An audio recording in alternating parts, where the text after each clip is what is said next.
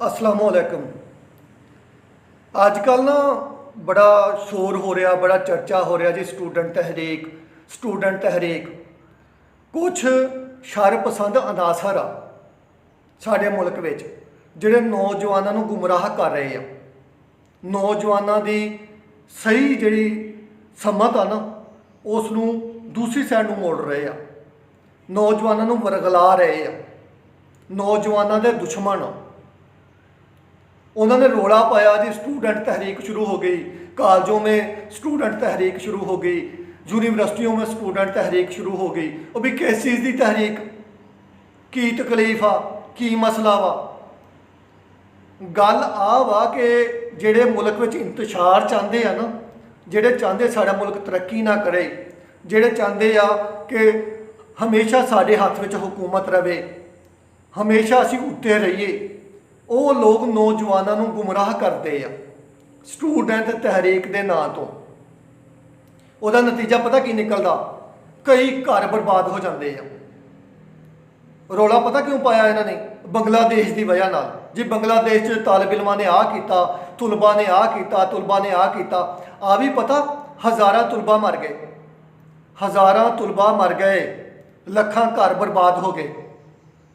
ऐसे चक्कर में सियासतदान जिहड़े आ तालिब इलमां नूं अदारियां दे सामने लै आए। तो पाकिस्तान विच भी जिहड़े शरपसंद लोग आ वो चाहते आ कि जिहड़े नौजवान आ इन्हां नूं अकल नहीं हुंदी, कच्ची अकल हुंदी आ, कच्ची उम्र दे हुंदे आ। इन्हां नूं जज्बाती तौर पर गुमराह करिए तो इन्हां नूं अदारियां दे सामने लै आइए, इन्हां नूं अदारियां नाल लड़ाइए तो फायदा चुकीए, अपना मुफाद कढ़ीए।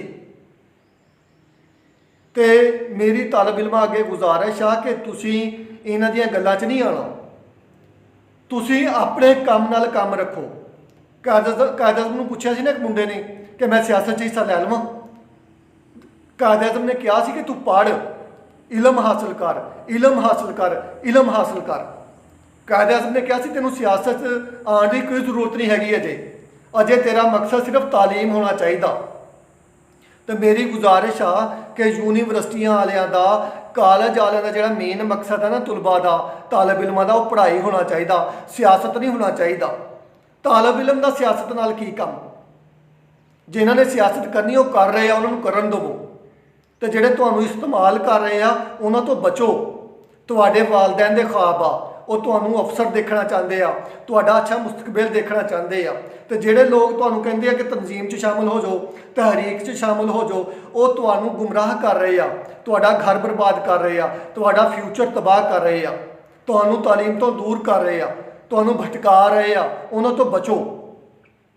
पाकिस्तान एक पुरअमन मुल्क आ, इनू पुरअमन रहन दो, ये शरपसंदी ना खिलारो।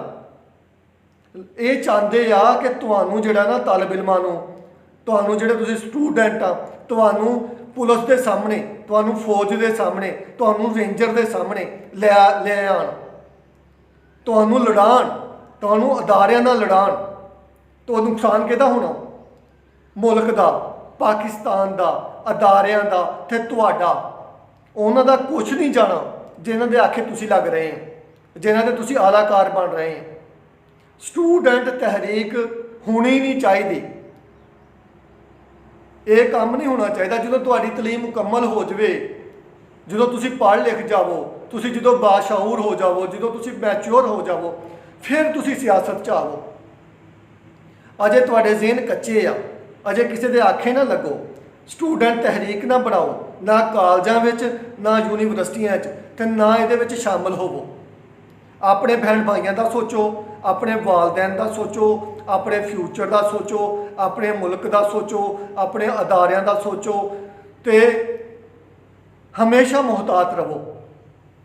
तुहाडे नाल बड़े लोगों के ख्वाब वाबस्ता वा, उम्मीदां वाबस्ता वा।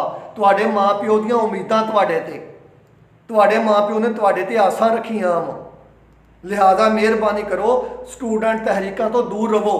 तुहानूं कोई जरूरत नहीं है स्टूडेंट तहरीक शामिल होने की, किसी शरपसंद अनासर का आलाकार बनने की तुहानूं कोई जरूरत नहीं हैगी। तुसीं सिर्फ पढ़ो, पढ़ो, पढ़ो। अल्लाह ताला तुहाडा हामी नासर होवे। हसदे रहो, वसदे रहो। रब राखा।